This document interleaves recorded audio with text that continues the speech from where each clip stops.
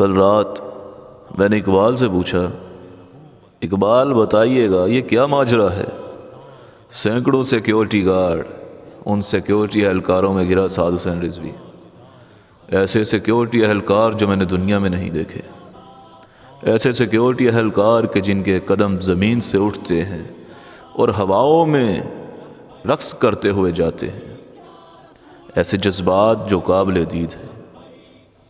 پھر لوگوں کی تنقید کا سامنا بھی کہ جناب ملا کے پاس فارچونر کہاں سے آئی، یہ فارچونرز، یہ لینڈ کروزرز، یہ ویگو ڈالے کہاں سے آئے؟ شاہانہ زندگی، تنقید کا سامنا، لبرل سیکولرز کی ٹویٹس کہ جناب باپ تو بڑی سادگی کی زندگی گزار گیا، بیٹا ایسا شاہانہ زندگی کیوں گزار رہا ہے؟ اقبال نے پتہ مجھے کیا جواب دیا؟ زیادہ بات نہیں ہوئی۔ اقبال نے بس اتنا کہا کہ کی محمد سے وفا تو نے تو ہم تیرے ہیں، یہ جہاں چیز ہے کیا لوح و قلم تیرے ہیں۔ تو آج کی ویڈیو اسپیشلی ان لوگوں کے لیے ہے کہ جو تنقید کرتے ہیں کہ سعد حسین رضوی صاحب کے پاس اتنا پروٹوکول، اتنی فارچونرز، اتنی لینڈ کروزرز کہاں سے آئی۔ تو ویڈیو آخر تک دیکھیے گا، انشاءاللہ تمام تر کنفیوژنز دور ہو جائیں گی۔ ناظرین، سب سے پہلے بات کریں خادم حسین رضوی رحمۃ اللہ علیہ کی۔ خادم حسین رضوی رحمۃ اللہ علیہ وہ درویش، وہ مرد قلندر جنہوں نے ایک آواز دی، ایک بار صدا بلند کی، نبی پاک صلی اللہ علیہ وآلہ وسلم کی عزت و ناموس کے لیے، تو پورا پاکستان لبیک کہتا ہوا باہر نکل آیا۔ آج بات کریں گے آپ کی اولاد کی، امیر المجاہدین حضرت مولانا خادم حسین رضوی رحمۃ اللہ علیہ۔ امیر المجاہدین حضرت مولانا خادم حسین رضوی رحمۃ اللہ علیہ کی اولاد میں 2 بیٹے اور 4 بیٹیاں شامل ہیں۔ آپ رحمۃ اللہ علیہ کے بڑے صاحبزادے کا نام حافظ محمد سعد ہے، جو اس وقت آپ ویڈیوز میں دیکھ رہے ہیں کہ ہاتھ لہراتے ہوئے اپنی عوام کے ساتھ، اپنے محبین کے ساتھ محبتیں تقسیم کر رہے ہیں۔ یہ وہی بیٹے ہیں کہ جو آپ رحمۃ اللہ علیہ کی وفات کے بعد آپ رحمۃ اللہ علیہ کے جانشین مقرر کیے گئے، اور آپ سے چھوٹے جو آپ کے بھائی ہیں یعنی کہ امیر المجاہدین کے چھوٹے صاحبزادے ہیں، ان کا نام حافظ محمد انس حسین رضوی ہے۔ امیر المجاہدین حضرت مولانا خادم حسین رضوی رحمۃ اللہ علیہ کے دونوں بیٹے حافظ قرآن ہیں اور اپنے والد کی طرح درس نظامی کا کورس مکمل کر چکے ہیں۔ تو میرا یہ جواب جو تھا یہ ان لبرلز کے لیے ہے کہ جنہیں سعد حسین رضوی کا شاہانہ پروٹوکول تو نظر آتا ہے، لیکن وہ یہ نہیں جانتے کہ یہ سب ہے کس لیے۔ یہ تو تب ہی ممکن ہے نا کہ جب اپنی عزتیں، اپنے جسم کا ہر خون کا قطرہ، اپنی اولاد، اپنی عزت، دولت، ہر چیز حضور صلی اللہ علیہ وآلہ وسلم کی عزت پر قربان کر دیں۔ پھر یہ لینڈ کروزرز، فارچونرز کی اوقات ہی کیا ہے؟ یہاں تو دنیا کے اور آخرت کے بڑے بڑے خزانے مل جاتے ہیں۔ تمہیں فارچونرز تو بہت نظر آتی ہے، تم اس کے پیچھے جو سٹرگل ہے اس کو نہیں جانتے۔ اس دوران اقبال صاحب نے ایک اور بات کی کہ تم بھول گئے اس ویل چیئر والے بابا جی کو۔ ویل چیئر والے بابا جی، انہوں نے کہا تھا آج میرے ساتھ آ جاؤ، میرے بعد تمہیں میرے جیسا کوئی نہیں ملے گا۔ آسمان سے برسنے والی بارش ایک جیسی ہی ہوتی ہے، لیکن اس بارش کو جب بنجر زمین اپنے دامن میں سمیٹتی ہے تو خاردار جھاڑیوں کے سوا کچھ نہیں اگتا، جن سے فائدہ تو کجا الٹا انسانوں کے دامن تار تار ہوتے ہیں۔ لیکن ایک گلستان جب اسی بارش کو اپنے وجود میں سموتا ہے تو ایسے خوشبودار پھول کھلتے ہیں کہ جن سے انسانیت کا پورا وجود مہک اٹھتا ہے۔ وہ بھی ایک ایسی ہی بارش تھا جس سے ہر کسی نے اپنی فطرت کے مطابق فائدہ اٹھایا۔ کہیں پھول کھلے اور کہیں کانٹے، ادھر سرکاری سطح پر منایا جانے والا عشرہ رحمت للعالمین صلی اللہ علیہ وآلہ وسلم کا آخری دن تھا، اور ادھر اس عاشق صادق کا اس روئے زمین پر آخری دن تھا۔ واللہ کیا مطابقت ہے، کیا مطابقت ہے جناب۔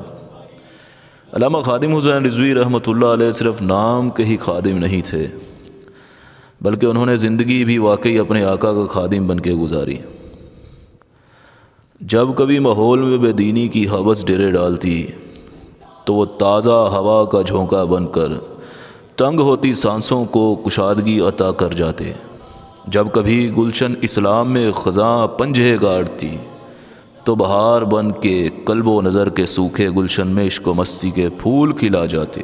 ناظرین، جب بھی گھٹا ٹوپ اندھیرے اس قوم کی منزل کھوٹی کرنے لگتے تو وہ روشنی بن کر تاریک ماحول کافور کر دیتا۔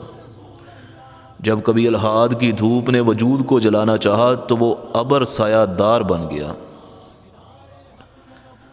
وہ ابریشم کی طرح نرم تھا، لیکن جب بات ناموس رسالت کی آتی تھی تو فولاد بن جاتا تھا۔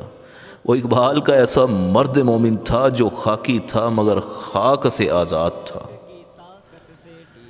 افلاک جیسا غرور رکھنے والوں سے اس کی حریفانہ کشاکش تھی۔ ناموس رسالت کی خاطر اس نے نہ صرف بھاری تنخواہ والی نوکری چھوڑی بلکہ ٹھٹھر تیراتوں میں ننگی سڑکوں پر بھی جا سویا۔ وہ غیرت بلقیس کی زندہ مثال تھا جس کے بام تک یہ 2 نمبر حکمران کبھی نہیں پہنچ سکا۔ بارہا آزمائش کا وقت آیا جس میں بڑے بڑے جبہ و دستار والوں کی ٹانگیں لرزنے لگی، لیکن وہ بے خطر آتش نمرود میں کود گیا۔ وہ ختم نبوت جیسے حساس مسئلے کو الفاظ کی جادوگری کا نشانہ بنانے والوں کے لیے عصائے موسوئی تھا۔ وہ کہتا تھا کہ حضور نال عشق کرنا ہے تے انے وا کرنا ہے، یعنی آقا سے عشق کرنا ہے اور اندھا دھند کرنا ہے۔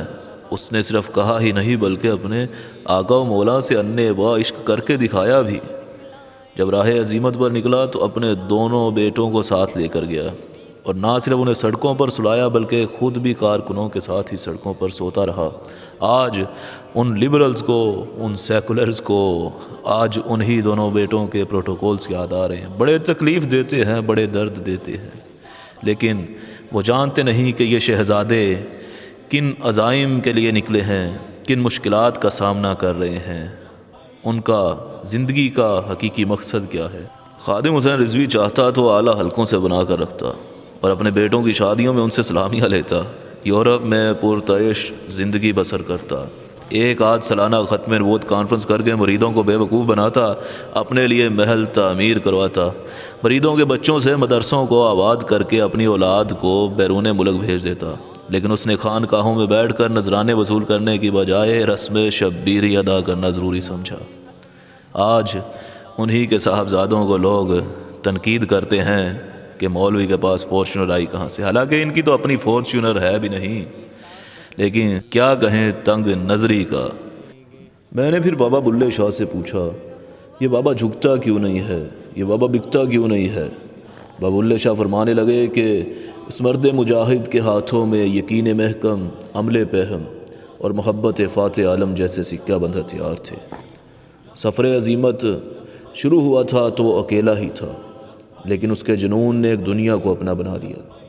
وہ صحابہ کرام رضی اللہ تعالیٰ عنہ کے عشق مصطفیٰ صلی اللہ علیہ وآلہ وسلم کی زندہ مثال تھا، جسے دیکھ کر سمجھ آتی ہے کہ اپنا سب کچھ نبی اکرم صلی اللہ علیہ وآلہ وسلم پر کیسے مٹایا جاتا ہے۔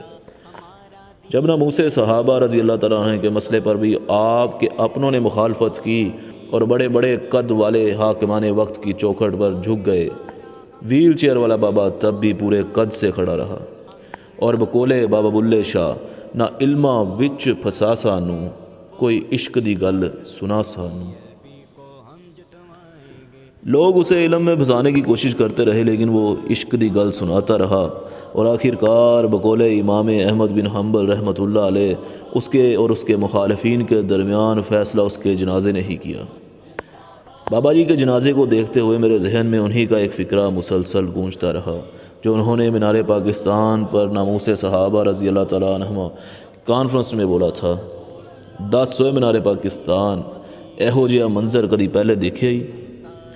ناظرین، کامنٹ سیکشن میں اپنی قیمتی رائے کا اظہار کیجیے گا۔ تمام تر ویڈیو بنانے کا مقصد یہ تھا، یہ پیغام پہنچانے کا مقصد یہ تھا کہ ان لوگوں تک ہماری بات پہنچ سکے جو تنگ نظری کا شکار ہیں۔ اپنا بہت سارا خیال رکھیے گا۔ اللہ حافظ۔ پاکستان اور اسلام زندہ باد۔